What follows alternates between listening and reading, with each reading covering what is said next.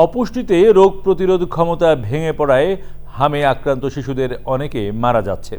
চিকিৎসকদের পর্যবেক্ষণ, এসব শিশুর অধিকাংশই হামের পর নিউমোনিয়া সহ অন্যান্য শারীরিক জটিলতায় প্রাণ হারিয়েছে।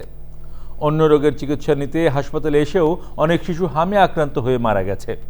1.5 মাসে হামে প্রাণ হারানো 300 শিশুর বড় অংশই ছিল টিকার বাইরে। লুৎফর রহমান সোহাগের রিপোর্ট। 200-র বেশি সার্ভিস ও ফিচারে লেনদেনের সব বিকাশ অ্যাপে সম্ভব। শয্যা খালি নেই, বারান্দায় শুয়ে চিকিৎসা নিতেও ঘুরতে হচ্ছে একাধিক হাসপাতালে। এর মধ্যেই জটিল হয়ে পড়ছে হাম আক্রান্ত কিছু শিশুর অবস্থা। ন্যাশনাল নেওয়ার পর বলছে এখানে আসার জন্য, কারণ ওখানে তাদের এই ট্রিটমেন্টটা নেই। শিশুতে গেছি, বলছে যে সিট নাই, যে এটা ঠিকানা দিছে। ডাক্তারের নার্সারে ডাকলে ছাত করি উঠে, কথা বলতে চা না। কি যে কোথায় পড়লাম নিজেও জানতে আসি না।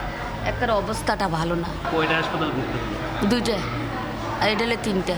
চিকিৎসকরা জানিয়েছেন, আগের তুলনায় এখন গুরুতর অসুস্থ রোগীর সংখ্যা বাড়ছে। আক্রান্ত হওয়ার পর হাসপাতালে আসতে দেরি করায় অনেক শিশুকে বাঁচানো যাচ্ছে না। বেশি ঝুঁকিতে পড়ছে 9 মাসের কম বয়সীরা। বাচ্চারা খেতেই পারছে না, মারা খাওয়াতে পারছে না, যার জন্য বাচ্চাগুলো অপুষ্টিতে তাদের ডায়রিয়া হয়ে যাচ্ছে, সাথে নিউমোনিয়া হয়ে যাচ্ছে। না খেতে পারার জন্যই বাচ্চাগুলি আসলে খারাপ হয়ে যাচ্ছে। আমরা কিছু বাচ্চা হারিয়েও ফেলছি নিউমোনিয়ার জন্য, মানে একদম শেষ মুহূর্তে এসে আর কি আপনার হয়তো বা ভেন্টিলেটরটা লাগতো, ভেন্টিলেটর দিলেও যে বাচ্চা বাঁচতো এটা আসলে কোনো ইয়ে নাই। সরকার বলছে, হামের টিকা না দেওয়ার পেছনে কারো অবহেলা থাকলে ব্যবস্থা নেওয়া হবে।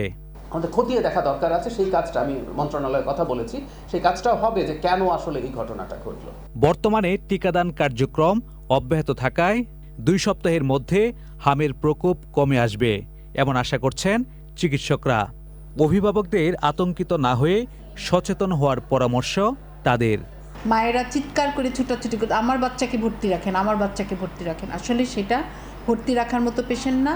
বাসায় নিয়ে যায় একটু যত্ন করলেই কিন্তু বাচ্চাটা ভালো মতো টিকবে। লুৎফর রহমান সোহাগ, চ্যানেল আই, ঢাকা।